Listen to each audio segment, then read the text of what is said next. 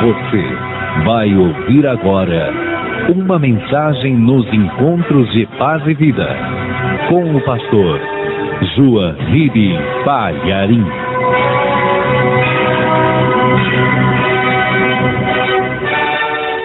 Você trouxe a palavra de Deus aí? Abra, por favor, no segundo livro de Reis, no capítulo 3. Vamos ler o versículo 22. Olha ao teu lado, veja se tem alguém sem a palavra de Deus, e mesmo não conhecendo a pessoa, aproxime-se dela para a gente compartilhar, dividir essa refeição. Amém? Isso é refeição. Jesus disse, nem só de pão viverá o homem, mas sim de toda palavra que sai da boca de Deus. Então vamos fazer a nossa refeição agora. Segundo livro de Reis, capítulo 3, versículo 22. Nós vamos ler o 23 também. Já acharam? Está escrito assim. E levantando-se de madrugada, e saindo o sol sobre as águas, viram os moabitas defronte deles as águas vermelhas como sangue. E disseram, isto é sangue. Certamente que os reis se destruíram a espada e se mataram um ao outro. Agora, pois, a presa moabitas. Daqui a pouco eu vou te interpretar esse texto, que nesse momento parece meio complicado. Mas já você vai entender. Deixa eu reler para você. E levantando-se de madrugada e saindo o sol sobre as águas, viram os moabitas defronte deles as águas vermelhas como sangue. E disseram, isto é sangue. Certamente que os reis se destruíram a espada e se mataram um ao outro. Agora, pois, a presa moabitas. Amém? Eu vou ler mais uma vez. E cada pessoa que está comigo aqui na sede da Paz e Vida do Rio de Janeiro, repete em seguida. Vamos lá. E levantando-se. Legal. Todo mundo. E levantando-se de madrugada e saindo o sol sobre as águas, viram os moabitas defronte deles as águas vermelhas como sangue. E disseram, isto é sangue. Certamente que os reis se destruíram a espada e se mataram um ao outro. Agora, pois, a presa moabitas. Amém? Quem ama a palavra de Deus aqui? É boa demais, né? Cada dia a gente ama mais a palavra de Deus. É uma coisa impressionante. E quanto mais a gente se dedica a estudar essa palavra, mais tesouros escondidos a gente vai encontrando ali dentro. Quanto mais você revira esse baú que parece velho, mais coisa nova você acha. Você então, que ama a palavra de Deus, desocupe as tuas mãos e vamos dar a melhor salva de palmas que a Vila da Penha e o Rio de Janeiro já deu para a palavra de Deus. Vamos glorificar o Deus desta palavra. E vamos glorificar aquele que é a própria palavra. O Verbo de Deus, o Senhor Jesus. Vamos aplaudir e dar glória. Que coisa linda. Você que está ouvindo pela rádio ou pela internet, junte-se a nós aqui no Rio de Janeiro. Glorifique a Deus conosco. Vamos aplaudir, vamos dar glória, glória, glória a Deus. Isso, continua, dá glória, dá glória. Oh Pai bendito, recebe este louvor. Não é só o povo aqui desta igreja, em toda parte tem alguém te glorificando. Abre o céu para receber, e sobre cada vida que te exalta, derrame a tua bênção, a tua graça, a tua virtude, o teu poder. Deus bendito, esta multidão veio para ouvir o Senhor falar. Ninguém quer escutar o homem, todos querem ouvir o Senhor. Então vem agora, tome o lugar do pregador, envia a tua palavra com poder e autoridade, e que a tua palavra vá e produza o resultado para o qual está sendo mandada. Em nome do Senhor Jesus, Diga amém, Jesus. Podem se assentar, por favor. Você sabe que depois do rei Salomão ter morrido, o reino de Israel se dividiu. E houve uma separação. Cortaram o país pela metade e é como se houvesse ali duas nações, apesar de ser só uma, e dois reinos dentro do mesmo país. Coisa absurda. Mas tinha que acontecer porque estava profetizado. E exatamente de Betel para cima, Betel fica a 20 quilômetros de Jerusalém, para baixo. Jerusalém está para baixo, Betel está para o norte. Exatamente de Betel para cima, até Dan, até a ponta do país, é como se fosse assim mais ou menos de Brasília para o Pará, para Belém, né? Para a ilha de Marajó, lá para a ponta. É como se dali para cima fosse outra nação, mas era o mesmo país, porém com outro rei. E de Jerusalém para baixo, daquela fronteira para baixo, era o reino de Judá. Então em cima ficou sendo o reino de Israel, e dali para baixo ficou sendo o reino de Judá. Isso daí, é claro, criou problemas. Problemas inclusive espirituais, problemas inclusive estratégicos, porque a nação dividida não tinha a mesma força que uma nação unida. Um país com dois reis era como um corpo com duas cabeças, cada um fazia algo diferente e o país se dividia, cada um ia para o seu lado. Mas essa situação vai permanecer. É um fato histórico, eu estou te situando nesse caso. Bom, o reino do norte, o reino de Israel, apostatou completamente. Isto é, se desviou da fé, da lei de Moisés, e passou a seguir uma religião própria. Mas o reino do sul, o reino de Judá, continuou fiel a Deus. E quase todos os reis que governaram Judá, o reino de Judá, foram homens de Deus. E quase todos os que governaram o reino de Israel foram ímpios. E o lado do norte sempre sofria consequências por causa do seu desvio espiritual. Esse capítulo 3 que nós lemos aqui no segundo livro de Reis, e por isso que fala reis, porque teve uma época que Israel teve muitos reis, conta um caso de um rei que começou a governar, e ele era filho do rei Acabe. E o rei Acabe foi casado com a Jezabel, e foi um dos reis mais ímpios de Israel. Esse que passou a governar Israel chamava-se Jorão, ele era filho de Acabe, e Acabe tinha morrido. Diz a palavra que ele não era tão mau quanto o pai dele, porque ele pegou a imagem de Baal, e Baal era um deus guerreiro, era o deus da chuva, era o deus da fertilidade. Ele pegou, tirou a imagem do deus de Baal e falou: aqui no reino de Israel ninguém mais vai adorar Baal. Ele tirou Baal.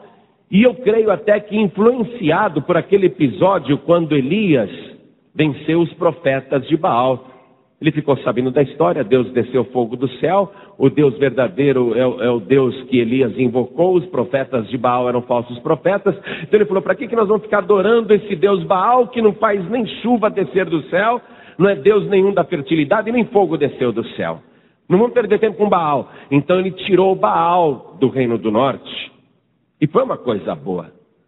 Mas ele não fez uma reforma espiritual completa.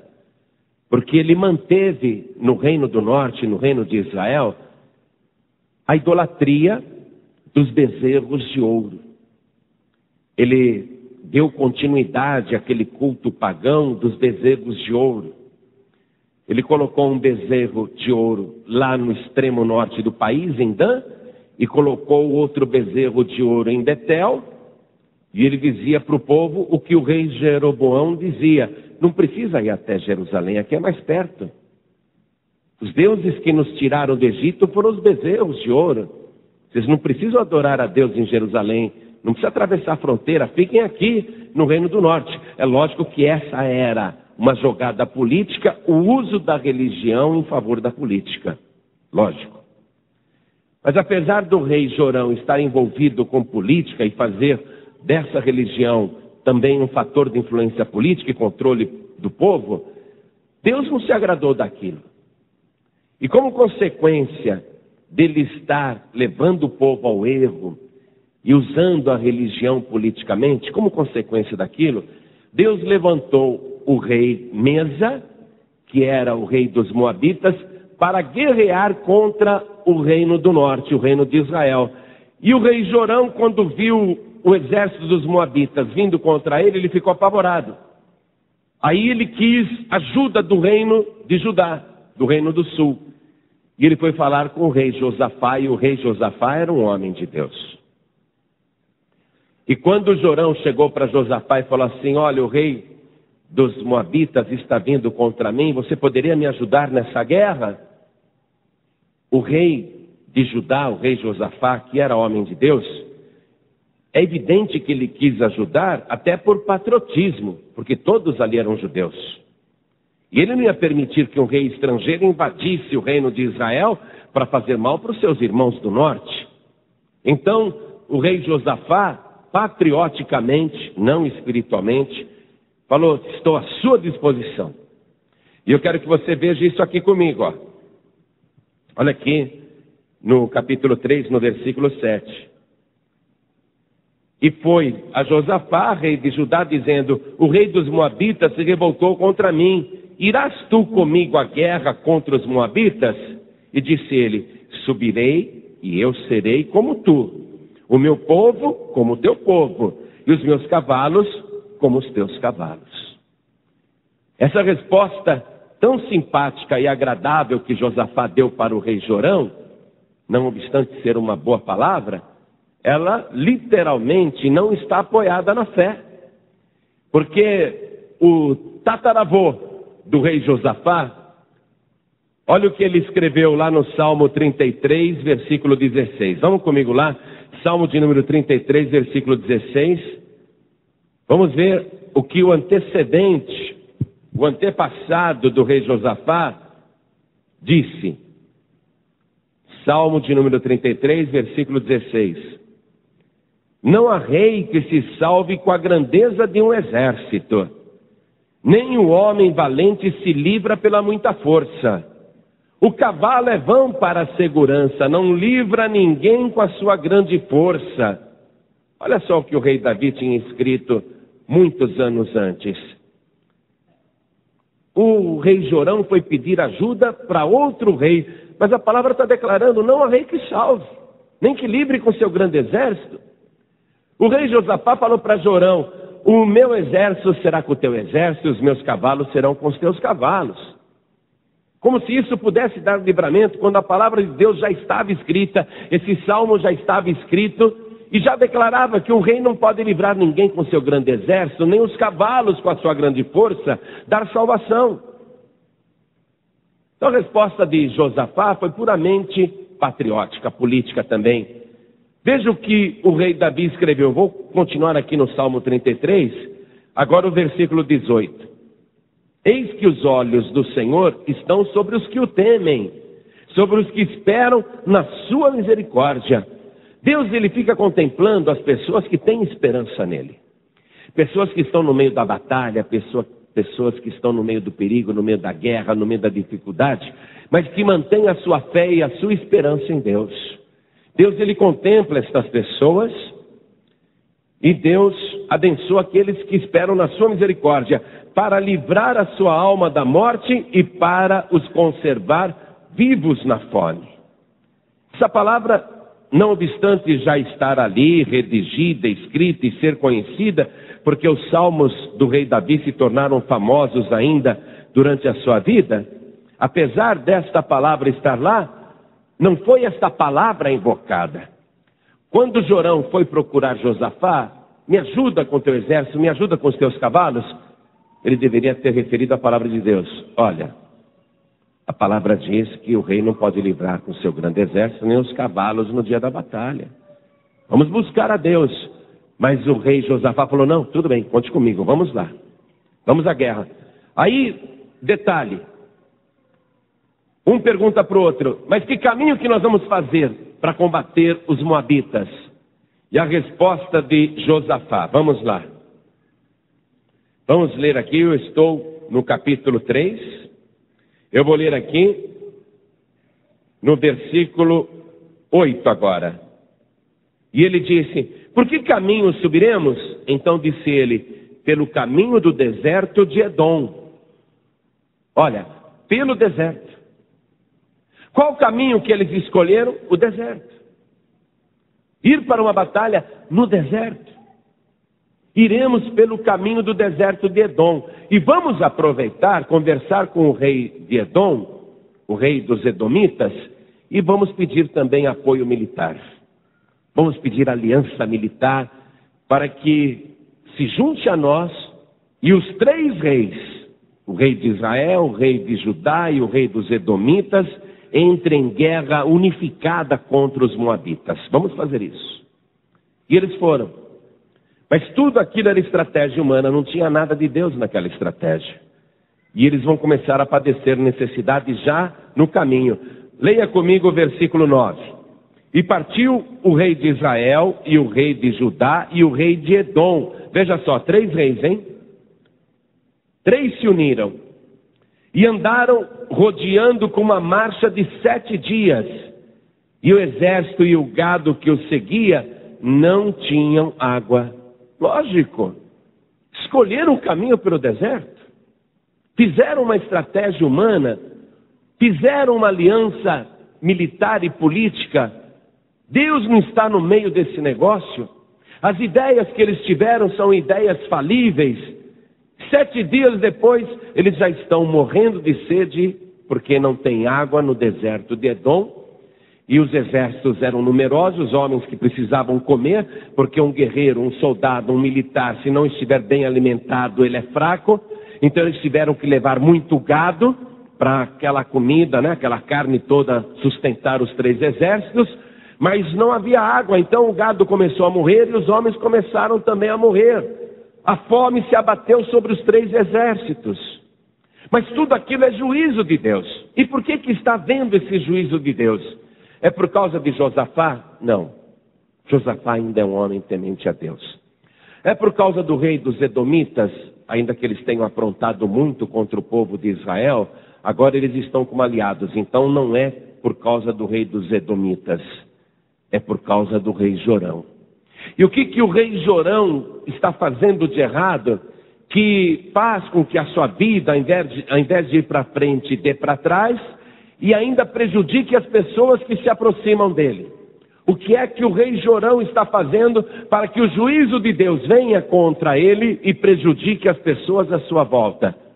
Porque esta é a consequência. Toda vez que alguém saiu fora da direção de Deus e está até contra Deus, não apenas a própria pessoa vai sofrer as consequências, mas até quem está em volta, os inocentes.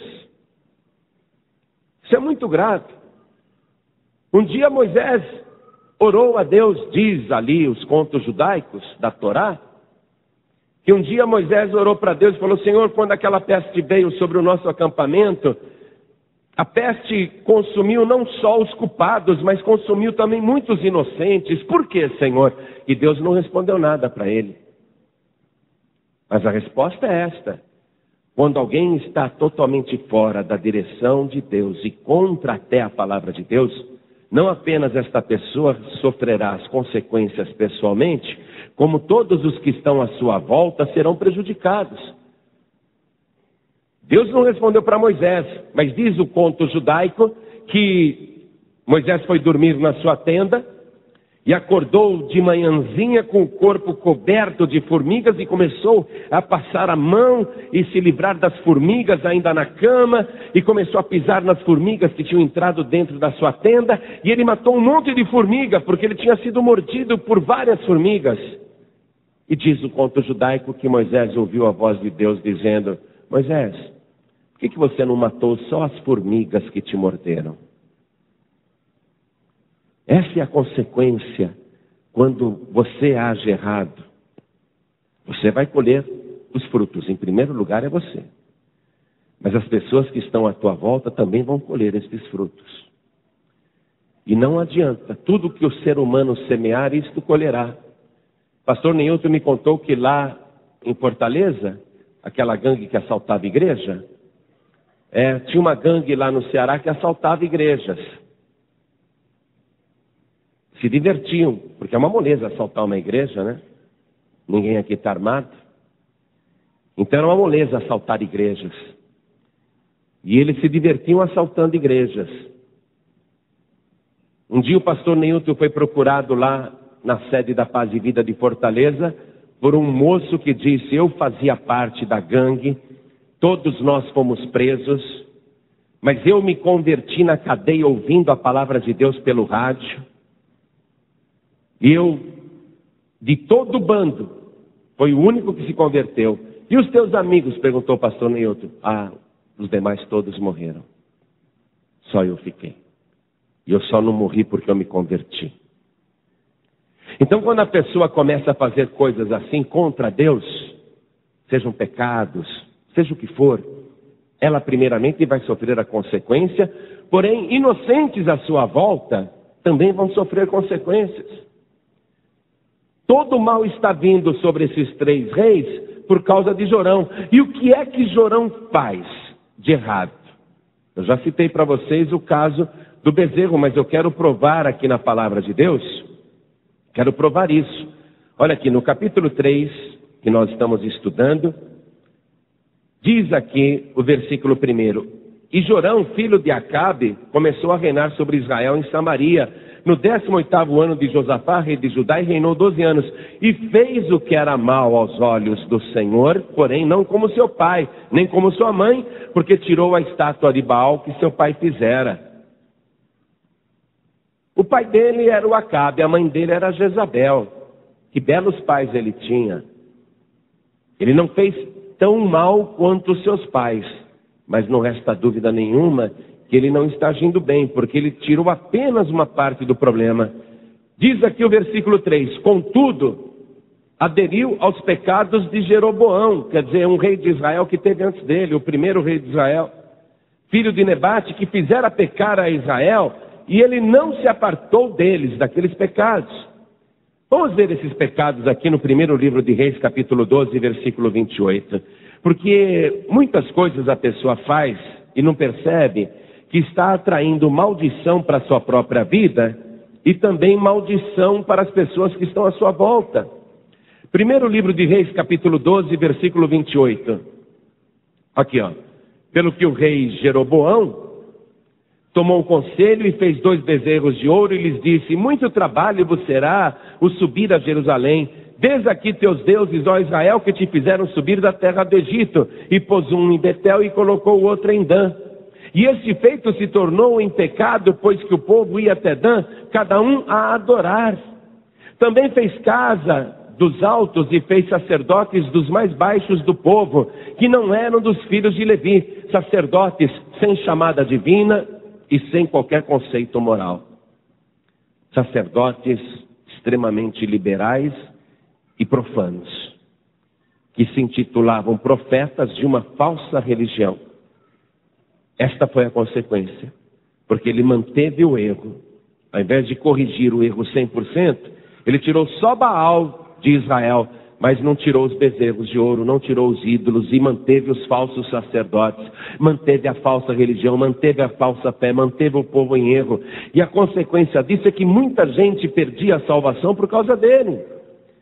Enquanto o Jorão fazia as coisas politicamente só para se dar bem, muita gente estava indo para o inferno por causa dele. Esse é o problema. Deus não se agrada disso.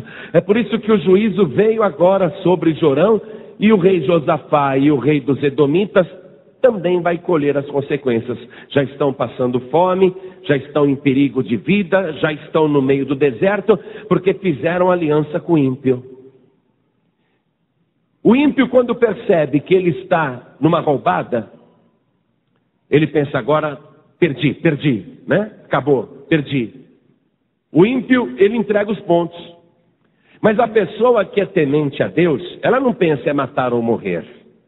A pessoa que é temente a Deus, ela pensa, espera um pouquinho, eu estou numa roubada, mas Deus tem solução para o meu caso. A pessoa que é temente a Deus, ela se lembra de Deus. E Josafá, nesta hora de amargura, com fome, com sede, no meio do deserto de Edom, ele pergunta: ninguém sabe onde tem um profeta de Deus, onde tem um homem de Deus para a gente consultar? Veja, ele quer buscar a Deus. Será que de todo esse povo que está conosco aqui, os 3 exércitos, não tem um que saiba onde tem um profeta de Deus, um homem de Deus nesse deserto, para a gente procurá-lo e falar com ele, pedir ajuda de Deus? Josafá quer a bênção de Deus. E alguém diz assim: tem um tal de Eliseu. Quem é o Eliseu? Aquele que foi ajudante do profeta Elias. Ele jogava água para o profeta Elias lavar as mãos e os pés. Eliseu é homem de Deus, é profeta. Aí o rei Josafá disse o seguinte, acompanhem comigo, versículo 12. E disse Josafá: está com ele a palavra do Senhor. Quando os problemas se multiplicam, o desespero toma conta da pessoa, ela se lembra que Deus existe. Alguém lembra que o diabo existe também, corre lá para o terreiro, corre para as trevas. Mas a pessoa que é temente a Deus, ela está no olho do furacão e ela lembra que Deus existe. E quando ela lembra que Deus existe, esta pessoa quer ouvir a genuína palavra de Deus. E Eliseu tinha a verdadeira palavra de Deus. O rei Josafá disse: Eliseu, ele tem a palavra de Deus, vamos ouvi-lo. E aqui nesse momento eu quero te mostrar isso, meu querido, minha querida. Há um furacão à tua volta, talvez você se perdeu no meio do deserto e talvez tenha feito coisas que desagradou a Deus. E não te condeno, nem te julgo, porque não estamos aqui nem para julgar, nem para condenar, porque o ser humano é falho mesmo e erra. Mas uma coisa eu sei a respeito da tua vida: você é uma pessoa temente a Deus. E a palavra diz que o temor do Senhor é o princípio da sabedoria. E você não veio aqui nesta igreja com outra finalidade a não ser ouvir a palavra de Deus. E eu te digo hoje com toda a fé do meu coração: a resposta para a tua angústia, a solução para o teu problema, o socorro que você precisa, a ajuda no meio do deserto está sendo enviada hoje pelo alto céus e pelo Deus Todo-Poderoso. Hoje mesmo o Senhor se compadeceu de ti, porque você é alguém que tem temor de Deus, e Deus sempre socorre aqueles que nele esperam. Quando os 3 reis chegaram na tenda de Eliseu, Eliseu viu Jorão no meio deles. Ninguém precisava dizer nada para Eliseu. Eliseu, tanto espiritualmente como historicamente, sabia muito bem quem era Jorão. E Eliseu disse de cara: o que eu tenho contigo? Nós não temos nada. A minha fé não é a tua fé. O que você faz não é o que eu faço. O que você crê não é o que eu creio. O Deus que você serve são os bezerros. O Deus que eu sirvo é o Deus verdadeiro. O que é que eu tenho contigo? A palavra que eu ouço é a palavra de Deus. E a palavra que você ouve é a palavra dos homens. O que eu tenho contigo, Jorão? Vai consultar os adivinhos da tua mãe. Porque Jezabel era feiticeira e tinha muitos médiuns a seu serviço. Vai consultar os adivinhos da tua mãe. Vai consultar os adivinhos do teu pai. Eliseu ficou indignado quando ele viu Jorão. Assim como Deus não queria abençoar Jorão, o próprio Eliseu revelava ali a disposição de Deus de afastar Jorão.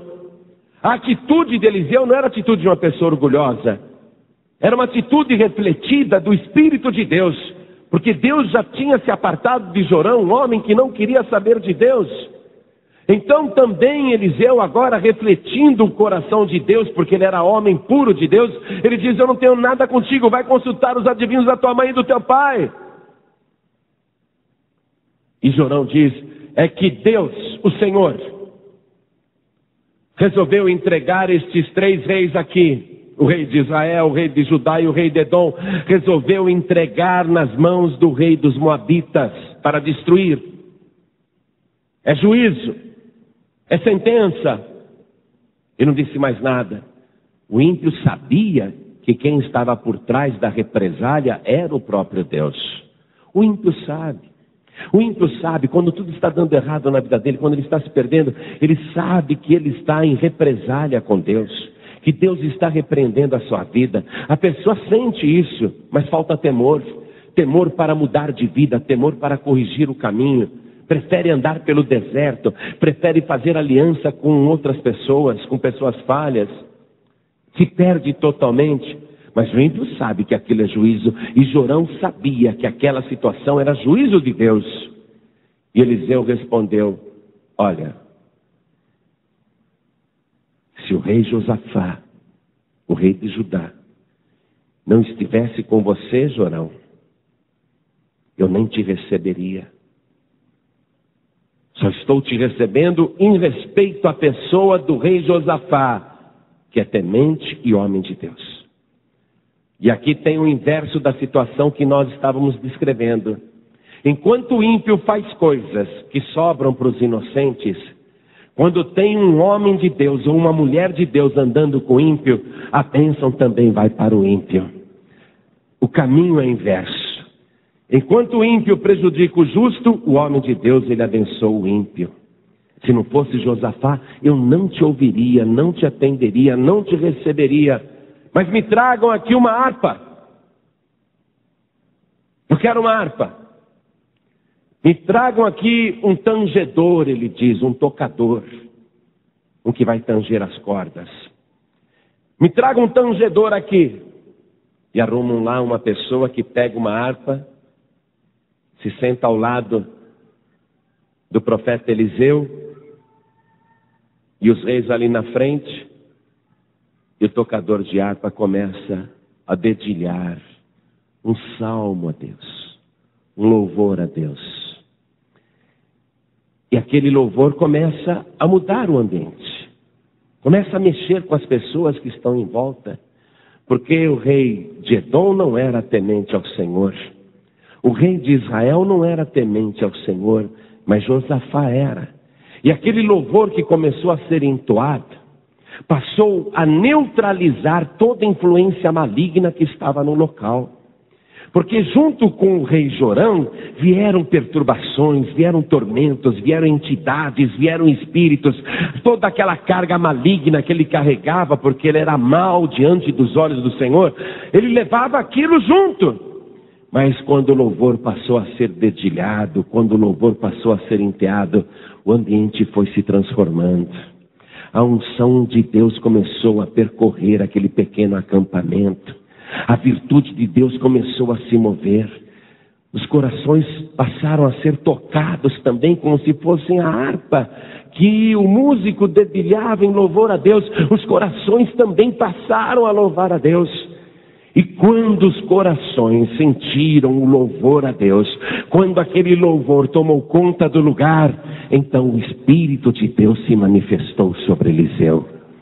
É muito importante que você venha para a igreja no momento do louvor, que você chegue antes para cantar com os músicos, com os levitas.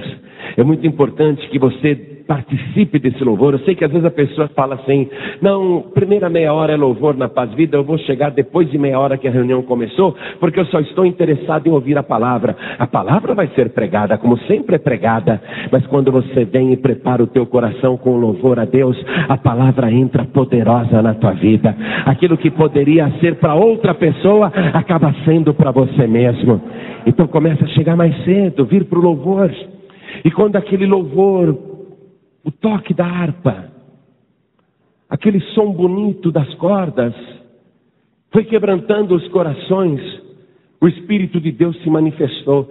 E olha, eu digo diante de Deus, se eu soubesse cantar um pouquinho assim, eu cantaria agora, só para o louvor encher este lugar. Você sabe cantar, não sabe? Melhor que eu. Canta aquele lá, Ruth Cruz se erigiu. Canta um pedacinho, canta.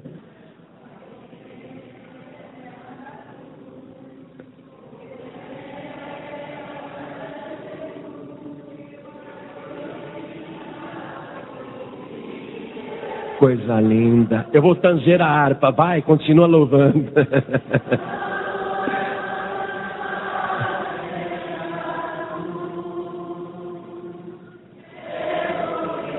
Coisa linda.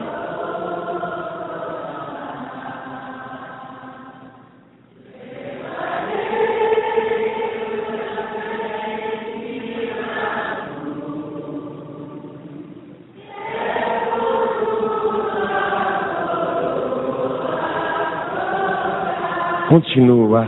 Olha o Espírito de Deus se movendo. Continua.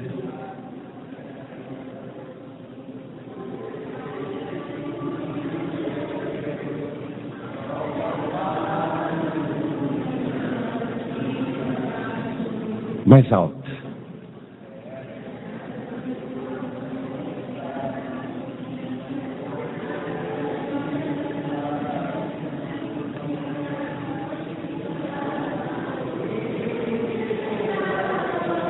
Sim, eu amo. Vamos lá.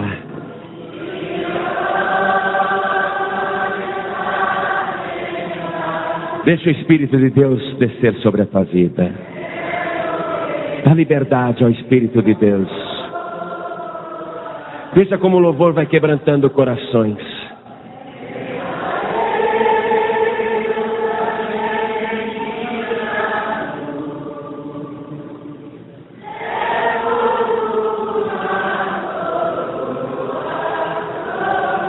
Oh, glória! Foi isso que Eliseu pediu naquela hora. Me traz um tangedor. Eu preciso mudar o ambiente. E é o louvor que faz isso, porque Deus habita no meio dos louvores. E naquele momento o Espírito de Deus veio sobre Eliseu. E Eliseu passou a falar não como homem, nem como profeta, mas ele passou a falar como se fosse o próprio Deus. Assim diz o Senhor: fazei muitas covas neste vale seco. Muitas covas. Façam muitas covas. Vocês estão morrendo de sede, vocês estão sem água. Mas vocês não vão ver vento, e vocês também não verão chuva. Mas descerá tanta água sobre esse lugar, que bebereis vós, e os vossos homens, e o vosso gado, e os vossos animais. E se isso for pouco, diz o Senhor, ainda darei vitória contra o numeroso exército inimigo. E a palavra foi profetizada. A palavra, quando é profetizada, deixa a pessoa numa situação complicada. Porque se ela creu, ela tem que entrar em ação. Se ela não creu, ela vira as costas e vai embora.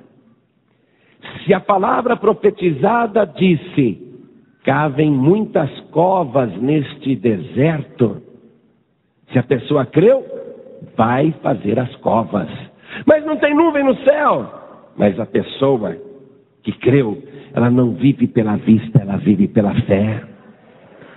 Mas não tem vento, não tem nem ruído de chuva. Mas a pessoa que vive pela fé não precisa de sinais externos. Quando a pessoa crê na palavra que foi liberada, ela parte para a ação. Então, naquele momento em que a profecia saiu da boca de Eliseu, ou eles iriam fazer as covas para receber água, ou brevemente alguém iria fazer covas maiores para colocar os seus cadáveres. Em outras palavras, ou você crê na profecia para fazer covas e receber água, ou virão outros e farão a tua cova. A vida ou morte? Morte se deixar do jeito que está, mas vida se você crer na palavra do Deus Todo-Poderoso. Hoje Deus está profetizando na tua vida. Você não vai ver chuva, você não vai ver vento, você não vai ver sinal nenhum externo, nenhum ruído, mas Deus vai fazer chover bênçãos na tua vida. E não apenas vai chover bênçãos sobre você, Ele vai encher o teu deserto de água. Porque Jesus disse para a mulher samaritana: qualquer que beber da água deste poço de Jacó voltará a ter sede, mas aquele que beber da água que eu lhe der, se fará dentro desta pessoa uma fonte de água viva que jorra para a vida eterna.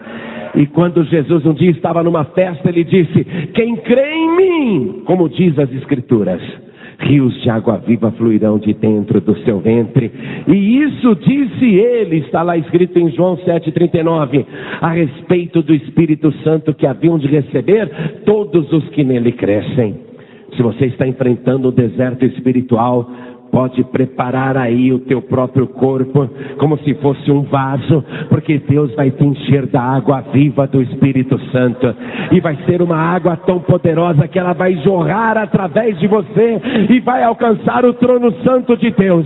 O teu deserto está acabando hoje. A profecia é para você partir para ação e tomar posse daquilo que Deus está te falando. Deus está dizendo: você não vai ver nada, mas eu sou o Deus que opera no invisível.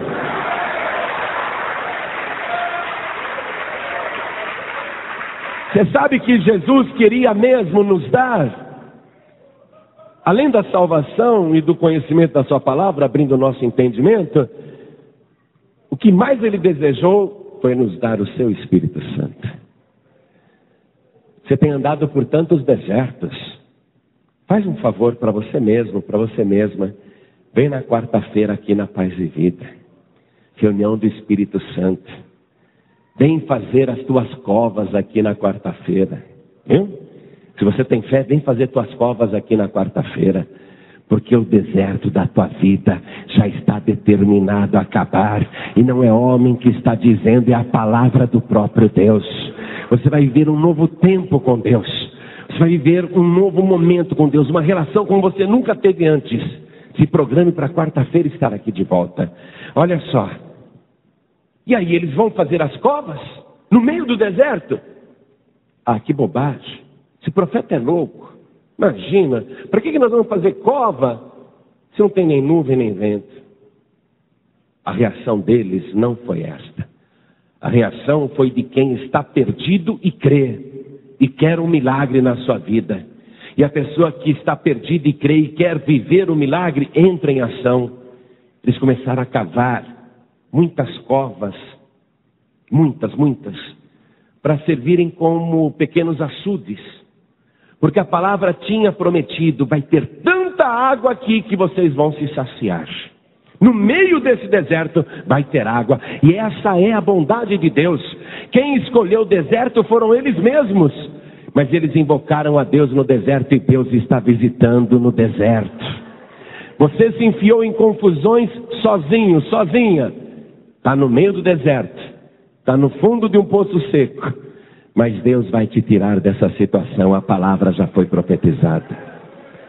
Entre em ação. Vem quarta-feira fazer covas aqui. Eles fizeram covas no deserto. Por quê? Qual era a fé? Vai chover, ou se não chover vai vir água.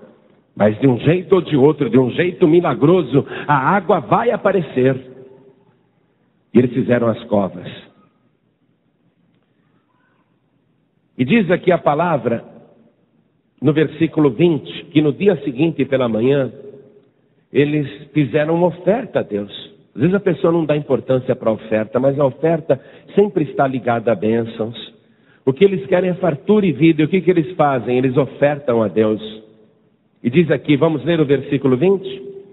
E sucedeu que, pela manhã, oferecendo-se a oferta de manjares, eis que vinham as águas pelo caminho de Edom, e a terra se encheu de água. Ninguém sabe como essas águas vieram.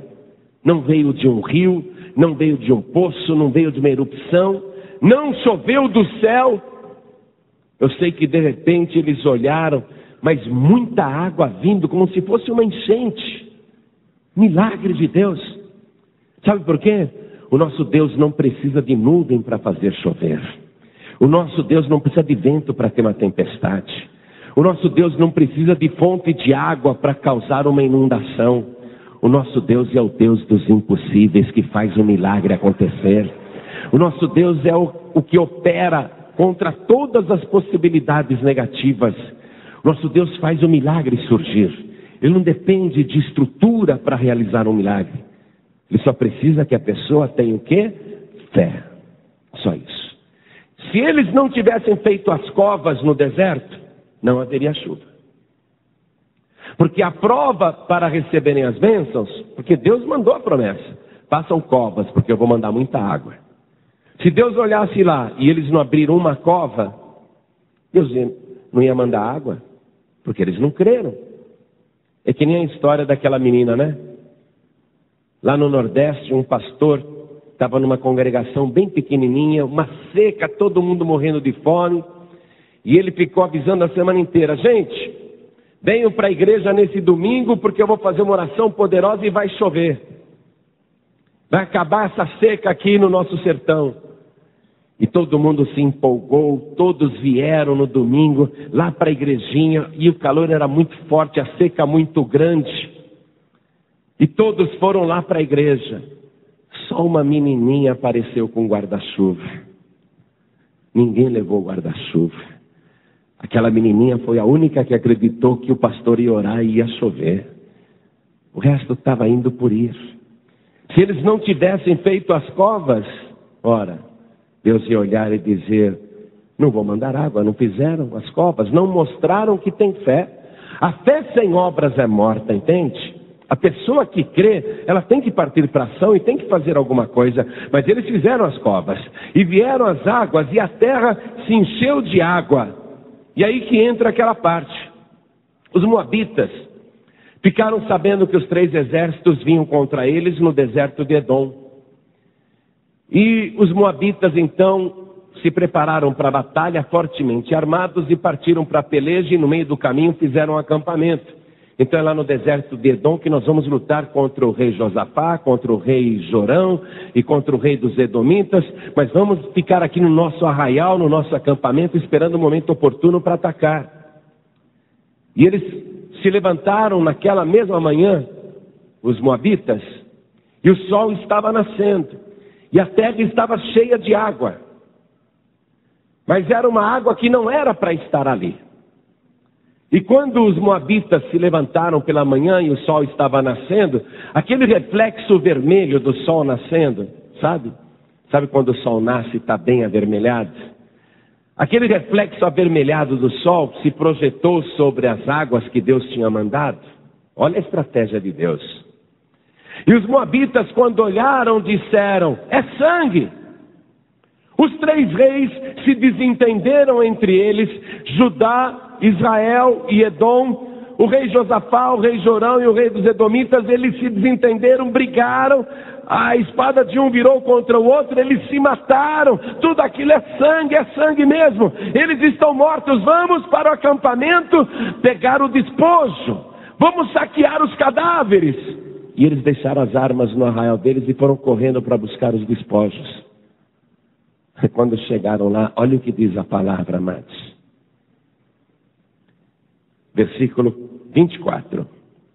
Porém, chegando eles ao arraial de Israel, os israelitas se levantaram e feriram os moabitas. Grife-se, se levantaram aí. Grife-se, se levantaram. Quando eles chegaram lá no arraial para roubar, para saquear, achando que estavam todos mortos, os israelitas se levantaram e feriram os moabitas, os quais fugiram diante deles, e ainda os feriram nas suas terras, ferindo ali também os moabitas. Ou seja, foram pegos de surpresa. Pensaram que iam chegar ali no acampamento dos 3 reis e encontrar apenas cadáveres e muito sangue. Mas quando eles chegaram, todos estavam vivos e se levantaram e estavam armados e venceram os moabitas e perseguiram até o fim. E Deus deu uma vitória fácil, tranquila, numa guerra que estava praticamente perdida, mas porque Deus entrou no negócio, porque alguém falou, está tudo perdido, mas tem um homem de Deus em algum lugar, alguém que possa falar a palavra de Deus, e alguém disse, tem sim, vamos lá, e foi isso que mudou a história. Eu profetizo, a história da tua vida está mudando a partir de agora. Você veio no lugar onde tem a palavra de Deus, e assim diz o Senhor, não temas, porque eu sou contigo, e nenhum fio de cabelo cairá da tua cabeça. O inimigo irá contra ti, ele pensa que tu estás caído e derrotado, mas quando o adversário se aproximar, você vai se levantar, em nome do Senhor Jesus. O diabo pensa que você está morto e liquidado, ele vai tomar uma invertida quando for te atacar. E sabe por que você vai vencer o adversário? Já eu explico. Só quero te dizer antes uma coisa. Que aquilo que parecia sangue de um morto, na verdade era água viva. Entenda isso. Por isso que você precisa do Espírito Santo de Deus. Por isso você precisa do Espírito de Deus jorrando do teu ventre como se fosse uma fonte de água viva. Como se fosse um rio de água viva. Você precisa disso. Você precisa da cobertura deste Espírito de Deus e da cobertura do sangue de Jesus. Eles chegaram lá pensando que estavam todos mortos, mas eles se levantaram e tiveram a vitória. Eu vou dizer isto para você. Ainda que o diabo pense que você está morto, sobre a tua vida tem o sangue de Jesus Cristo. E tem a água viva do Espírito Santo. O diabo e muita gente pensa que você está perdido, acabado, e que agora é o teu fim. Mas eles vão ver você se levantar em nome de Jesus e para a glória de Deus. Eles vão ver que realmente Deus está presente na tua vida. E eu profetizo a vitória. A vitória, hoje só a vitória. A vitória completa, a vitória total. Pensam que você está acabada, mas você é mais do que vencedor em Cristo Jesus. Pensam que você já era, mas você está mais vivo do que nunca, porque o Senhor é contigo. E o detalhe de tudo isso ainda, eu quero que você veja lá no livro de Apocalipse, no capítulo 12, versículo 11, que diz assim: e eles, em guerra contra a serpente, o dragão, Satanás, e eles o venceram pelo sangue do Cordeiro e pela palavra do seu testemunho. A tua vitória vem pelo sangue de Jesus Cristo. O diabo pensou isso também a respeito de Jesus. Todo o seu sangue desceu na cruz. Todo o seu sangue se espalhou pelo chão. Todo o seu sangue vazou. É sangue, é sangue. O diabo pensou, ele está morto. Mas como pode morrer o autor da vida? Ele não precisa de sangue para viver. Nós é que precisamos do sangue de Jesus Cristo para termos vida e vida de verdade. Jesus hoje está mandando para você a bênção completa. Vitória nessa adversidade, livramento no deserto, solução do teu problema e uma grande prosperidade na tua vida. Ele está mandando a bênção total que vem através da água, se você quiser cavar, porque crê que a água virá, e através do sangue, que parece o sangue de um morto, mas Jesus está mais vivo do que nunca.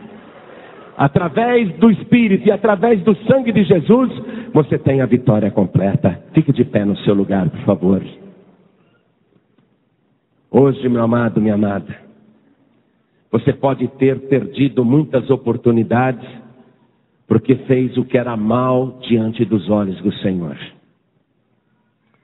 E você pode também ter perdido muitas oportunidades, porque andou com pessoas que praticam o que é mal aos olhos do Senhor. Talvez a sua situação se enquadre aqui perfeitamente, e a palavra falou com você totalmente. E você está refletindo. Quantos males você causou a você mesmo, a você mesma, por causa das coisas erradas que fez? E quantos males você causou para inocentes à sua volta, por causa dessas mesmas coisas erradas. Mas hoje você veio aqui porque tem temor de Deus. E você veio buscar o socorro do Senhor. Deus, para cada um de nós, sabe o que Deus diz? Aquilo que Eliseu falou para Jorão. Jorão, se você não tivesse vindo aqui com Josafá, eu não ia te receber. Deus diz a mesma coisa para a gente. João-Ribe, se você não tivesse vindo diante do meu trono, na companhia do meu filho Jesus, eu não ia te receber. E Jesus, ele diz assim, Pai, recebe porque essa pessoa está comigo. Deus, ele não tem motivo para nos receber, porque nós somos maus diante dele. Mas Deus nos recebe porque a gente vai em companhia do seu filho Jesus. Se você quiser entrar na presença de Deus, tem que ser na companhia de Jesus Cristo. Porque ele disse, eu sou o caminho, a verdade e a vida, e ninguém vem ao Pai a não ser por mim. Tem que ser através de Jesus. Tem que haver na tua vida uma determinação de parar de fazer aquilo que irrita a Deus. Seja pecado, seja má conduta, sejam coisas erradas, seja idolatria, seja questão espiritual. Você precisa parar todas essas coisas. Se converter, mudar de vida, porque senão irão cavar uma cova para você. Se você não fizer agora esta tua parte, com certeza você vai perder a grande oportunidade de se dar bem nesta vida. O Senhor Jesus está enviando uma palavra completa que envolve restauração da tua vida, transformação do teu caminho, fartura nesse momento de crise, água em abundância, vida em abundância, vitória em abundância. Ele está fazendo agora uma proposta completa para você. Tudo que você tem que fazer é se render ao Senhor. Não apenas rejeitar Baal, que isso qualquer um rejeita, um falso Deus desse, mas há muitas falsas divindades, entidades, espíritos, mediadores, medianeiras que você tem que rejeitar também, porque isso não agrada a Deus. Há um só Deus e um só mediador entre Deus e os homens, Jesus Cristo, homem. Esse é o momento de você escolher se você quer morrer no deserto sem água, ou se você quer buscar ao Senhor, buscar a Deus, receber a palavra, agir pela fé, entrar em ação e, em consequência do teu ato de fé, tomar posse daquilo que Deus está profetizando para a tua vida hoje. Porque a palavra que você veio ouvir foi uma palavra de bênção. E você vai tomar posse dela, se entregar a sua vida para Jesus. Se fizer somente aquilo que agrada a Deus. Então olhem todos para mim, por favor, porque eu vou fazer um convite. E eu quero que você esteja atento a este convite. Tem aqui, neste lugar, tem uma palavra de Deus para mim? Veio. O que eu tenho que fazer agora? Fazer o que a palavra mandou. Agir. Porque você acredita, você vai entrar em ação. E a primeira ação que você tem que tomar é entregar a sua vida para Jesus, porque é Ele que vai fazer a água jorrar na tua vida. Só Ele batiza com o Espírito Santo e com fogo. Só Ele pode matar a tua sede. Se você não entregar a vida para Jesus, você não vai receber a água que você precisa no meio desse deserto. Se você não entregar a sua vida para Jesus, você não vai ter a cobertura do sangue que te dá a vitória, que é o sangue de Jesus Cristo. E tudo começa agora, por um ato seu de fé, entrando em ação, vindo para frente e entregando a sua vida para Jesus. Olhem todos aqui para mim, quantos que ouviram a palavra, creram, são tementes a Deus, sabem que estavam assim, fazendo algumas coisas que não agradam a Deus. Ninguém está julgando e ninguém quer julgar, mas você mesmo se julgou e você mesmo refletiu, e agora você diz, eu quero mudar de vida. Eu quero que Deus comece a agir, me dar vitória nesse deserto que eu me encontro. Eu quero que Ele me dê uma solução nessa situação de necessidade que eu estou. Eu quero que Deus faça jorrar água viva na minha vida. Eu quero que Deus me dê a proteção e a cobertura do sangue de Jesus, o sangue que me dá vitória contra o mal. E eu quero ter vitória contra o inimigo, eu quero ter fartura. Quantos aqui hoje querem receber Jesus, o Filho de Deus, o único que pode dar água viva e o único que pode dar o sangue que parece de um morto, mas ele está vivo. Quantos aqui querem recebê-lo como único, suficiente, exclusivo e eterno Salvador? Quem quer, erga a mão direita assim bem alto. Todos que querem. Oh, glória. Você vai entrar em ação agora. Você vai sair do deserto. Vem aqui para frente comigo, porque... Vem cá, vem aqui para frente. Todos que ergueram as mãos, venham para cá. E vamos nos alegrar e aplaudir o Senhor Jesus por cada vida que está chegando. Glória a Deus. Fico feliz por vocês.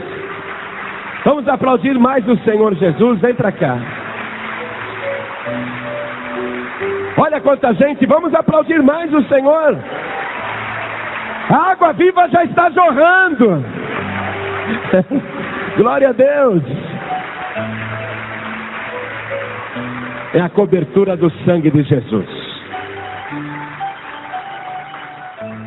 O diabo gostaria muito de acabar comigo e com você, mas ele não pode.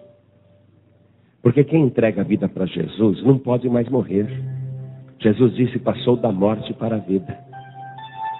É inútil o diabo tentar nos matar. Se o diabo tentar nos matar, ele só apressa a nossa chegada no melhor lugar que existe no universo. Porque lá só vão os vivos, os que receberam vida através de Jesus Cristo. Ninguém mais pode te matar. A tua vida a partir de hoje vai estar escondida em Deus. E Deus tem muito ciúme de você. Digo que Deus já te guarda, não é de hoje. Deus te protege, não é de hoje. Um dia Ele te mostrará lá na glória todas as situações em que Ele já te livrou, bênçãos que Ele já providenciou, ocasiões em que você nem fez a cova, mas Ele mandou a água assim mesmo. Um dia você fala: poxa, Senhor, a eternidade é pouco para eu te amar e te agradecer. Um dia você vai ver. Agora eu quero chamar aqui na frente pessoas que estão secas. Pastor João Ribeiro, eu me sinto seco.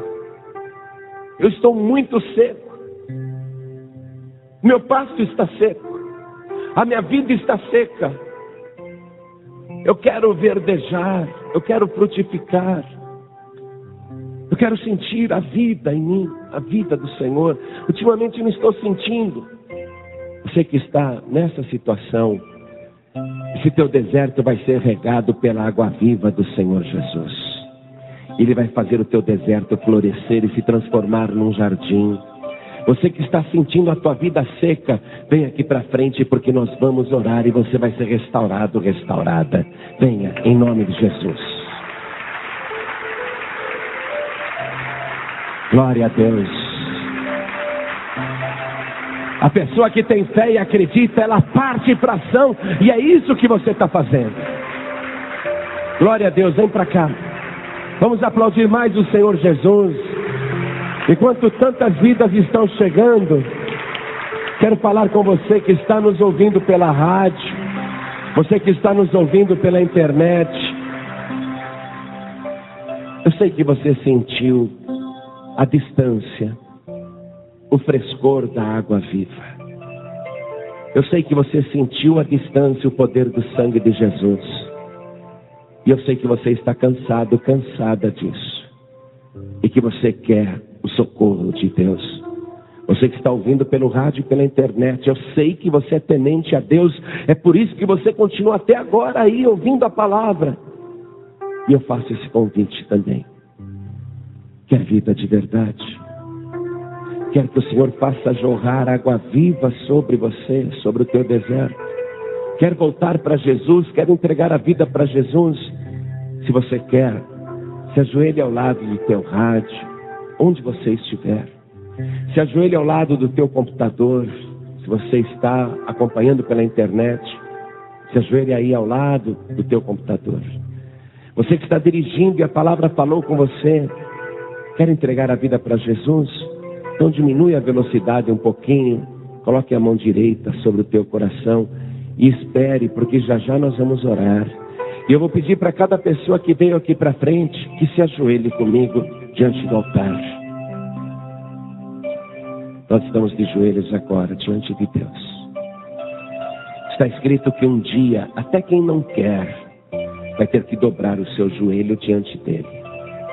Por isso que você é bem-aventurado, bem-aventurada, porque você decidiu dobrar os joelhos agora. Você é muito esperto.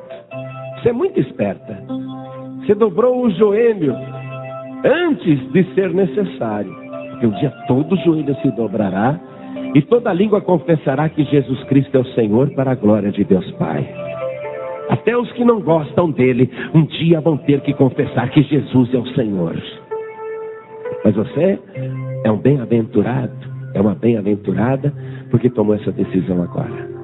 Coloque a mão direita sobre o teu coração. Faça comigo esta oração. Ore assim: meu Deus e meu Pai, meu Deus bendito, meu Deus amado, a tua palavra falou comigo. E eu quero pedir perdão ao Senhor pelas coisas que eu fiz e te desagradou. Eu quero, Senhor, mudar de vida.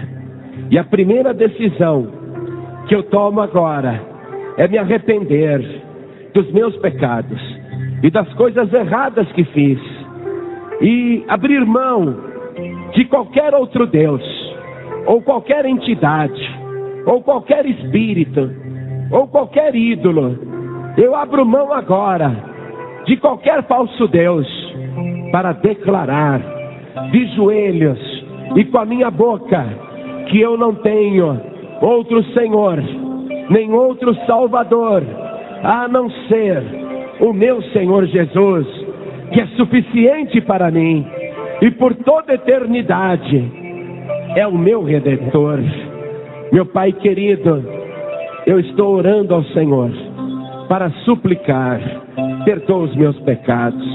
Eu errei muitas vezes, me prejudiquei a mim mesmo e prejudiquei também pessoas à minha volta. Eu quero, meu Deus, que a minha vida, ainda que esteja no deserto, seja restaurada, reedificada. Eu quero, meu Deus, tomar posse de tudo aquilo que a tua palavra profetizou para mim. Eu quero, meu Deus, possuir agora as bênçãos desta reunião.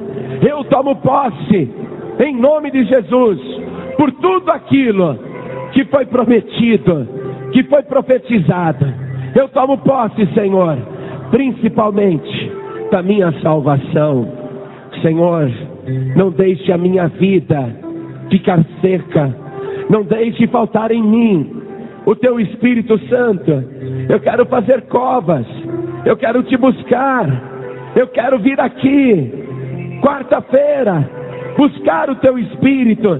Eu quero, Senhor, ser uma pessoa cheia do rio da água da vida.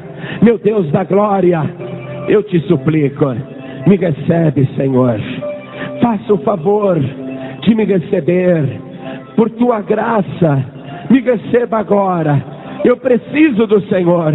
Toma conta de mim, cuida de mim, fica comigo, me livra do perigo, me dá vitória contra o mal, me sacia no deserto, me dá vitória contra o adversário, me dá prosperidade, me dá a tua presença, me dá o teu sangue, me dá o teu Espírito, em nome de Jesus, o meu único, suficiente, exclusivo e eterno Salvador, para todos sempre. Amém, Senhor. Você acabou de ouvir uma mensagem nos Encontros de Paz e Vida, com o pastor João Ribe Palharim. Participe você também dos Encontros de Paz e Vida, às 8 horas da manhã, às 3 horas da tarde e às 7 horas da noite. Comunidade Cristã Paz e Vida, lugar de gente feliz.